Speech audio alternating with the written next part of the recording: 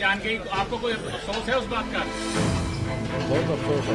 नहीं, जो आपने अपने अनुयायियों को जिम्मेदार ढाल कौन है बनाया इस चीज़ का? और आप पीछे छुपे रहे, मैंने किसी क्या को नहीं उसको आप सही मानते हैं? मैंने नहीं बनाया किसी को, वो अपने आप को बन गए। मुझे भी रोक रखा था।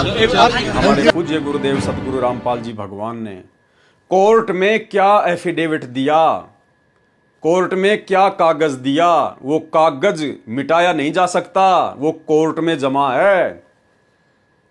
गुरुदेव भगवान ने क्या कहा, इस स्टेटमेंट से यदि जरा भी आप जी कॉमन सेंस रखते हैं, जरा से भी बुद्धि रखते हैं, तो आप पीठ करके भी इन सतलोक आश्रमों की तरफ नहीं सोओगे, इन कुपात्रों की कुसंगति में कभी नहीं पड़ोगे आप ये स्टेटमेंट सुनकर।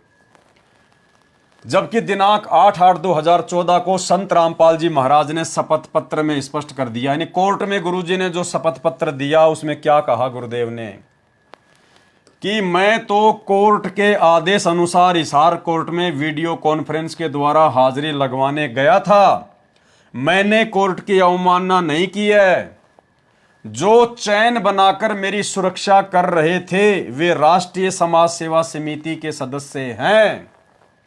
यह समिति मास्टर राम कुमार ढाका द्वारा चलाई जा रही है। और क्या कह रहे हैं, अब ध्यान से सुनने लेना भाई और बहनों, फाइनल पॉइंट है।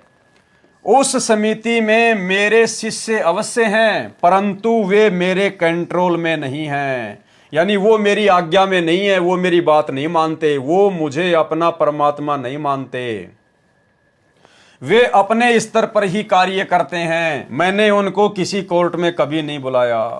आपके ऊपर इतने इल्जाम है सर, आपके ऊपर इतने इल्जाम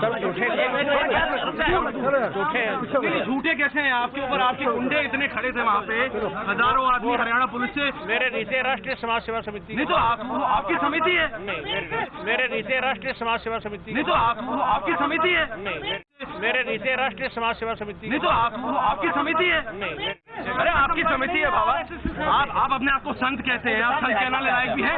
आप आपसे भी ये जवाब दीजिए, आपके वहाँ इतनी फोर्स, इतने गुंडे, इतने आर्मी खड़ी है हरियाणा पुलिस के ऊपर। आप राजनैतिक, प्रशासनिक और न्यायालय की असहनीय बर्बरता का मुकाबला करने के लिए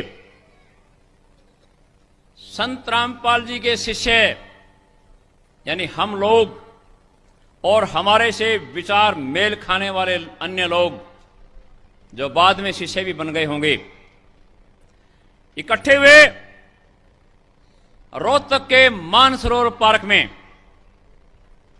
वहां चर्चा हुई सारी बात पर। इस चर्चा में से निकल कर आया ऐसी समिति का गठन किया जाए जो सत्य आध्यात्मिक ज्ञान के प्रचार प्रसार को करने वाले संतों व अन्य संस्थाओं का साथ दिया जाए। कोई गुंडा तत्व बीच में दखल डालता है तो उनको आध्यात्मिक ज्ञान के बल पर प्रेम से समझाकर रास्ते पर लाया जाए। बहुत जद्दोजहद के बाद राष्ट्रीय समाज सेवा समिति का गठन हुआ और वहां उपस्थित सदस्यों ने, अन्य सभी भक्तजनों ने और जो बिना भगत थे वे भी, सबने मिलकर सर्वसम्मति से राष्ट्रीय समाज सेवा समिति की कार्यकारिणी का गठन किया गया, जिसके प्रधान भगत राम कुमार दास जी ढाका को चुना गया।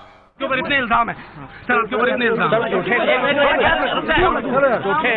झूठे कैसे हैं आपके ऊपर? आपके गुंडे इतने खड़े थे वहाँ पे, हजारों आदमी हरियाणा पुलिस से। मेरे रीते राष्ट्रीय समाज सेवा समिति नहीं तो आपकी समिति है। नहीं, मेरे रीते राष्ट्रीय समाज सेवा समिति नहीं तो आपकी समिति है। नहीं, मेरे रीते राष्ट्रीय समाज सेवा समिति नहीं तो आपकी समिति है। नहीं, मेरे रीते राष्ट्रीय समाज सेवा समिति नहीं तो आपकी समिति है। नहीं,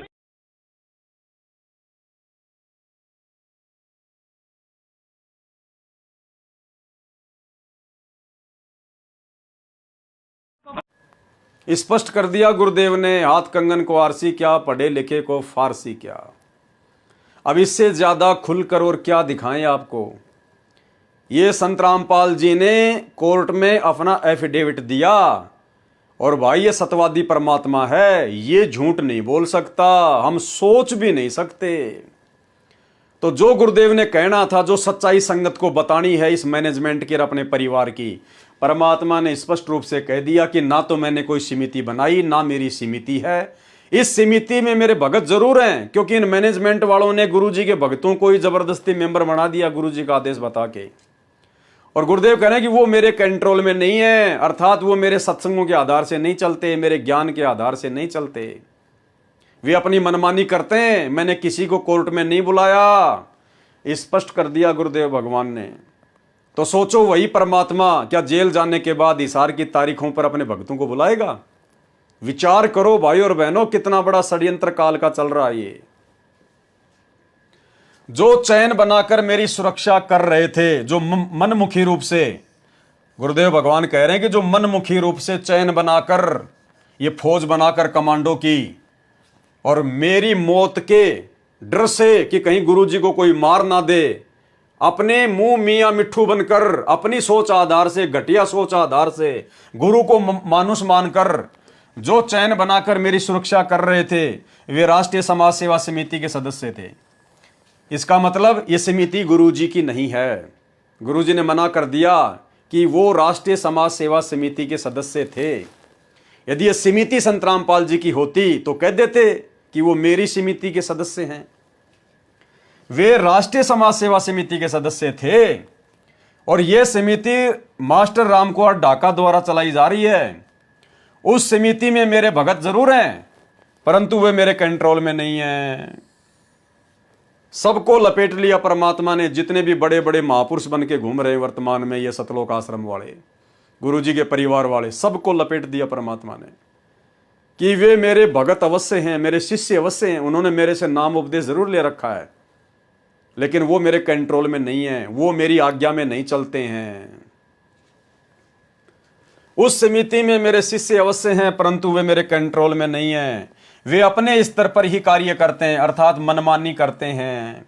मैंने उनको किसी कोर्ट में कभी नहीं बुलाया। ये परम सत्य है, सतगुरु रामपाल जी भगवान के द्वारा दिया गया कोर्ट में एफिडेविट है, जो झुटलाया नहीं जा सकता। तो भाइयों और बहनों, क्या अब भी आप लोगों की आंखें फूटी पड़ी हैं? इतना सब कुछ देखने और पढ़ने के बावजूद भी अगर आप उन आश्रम वालों की कुसंगति में पड़े रहोगे, जो कि पहले से ही गुरुद्रोही डिक्लेयर हैं, बरवाला कांड से ही गुरुजी की नजरों से, गुरुजी के दिल से उतर चुके हैं, जिनके सबके नाम खंडित हैं, परमात्मा का कोई आशीर्वाद नहीं है, केवल उनकी बैटरी चल रही है। कब डिस्चार्ज हो जाए कोई भरोसा नहीं। इसीलिए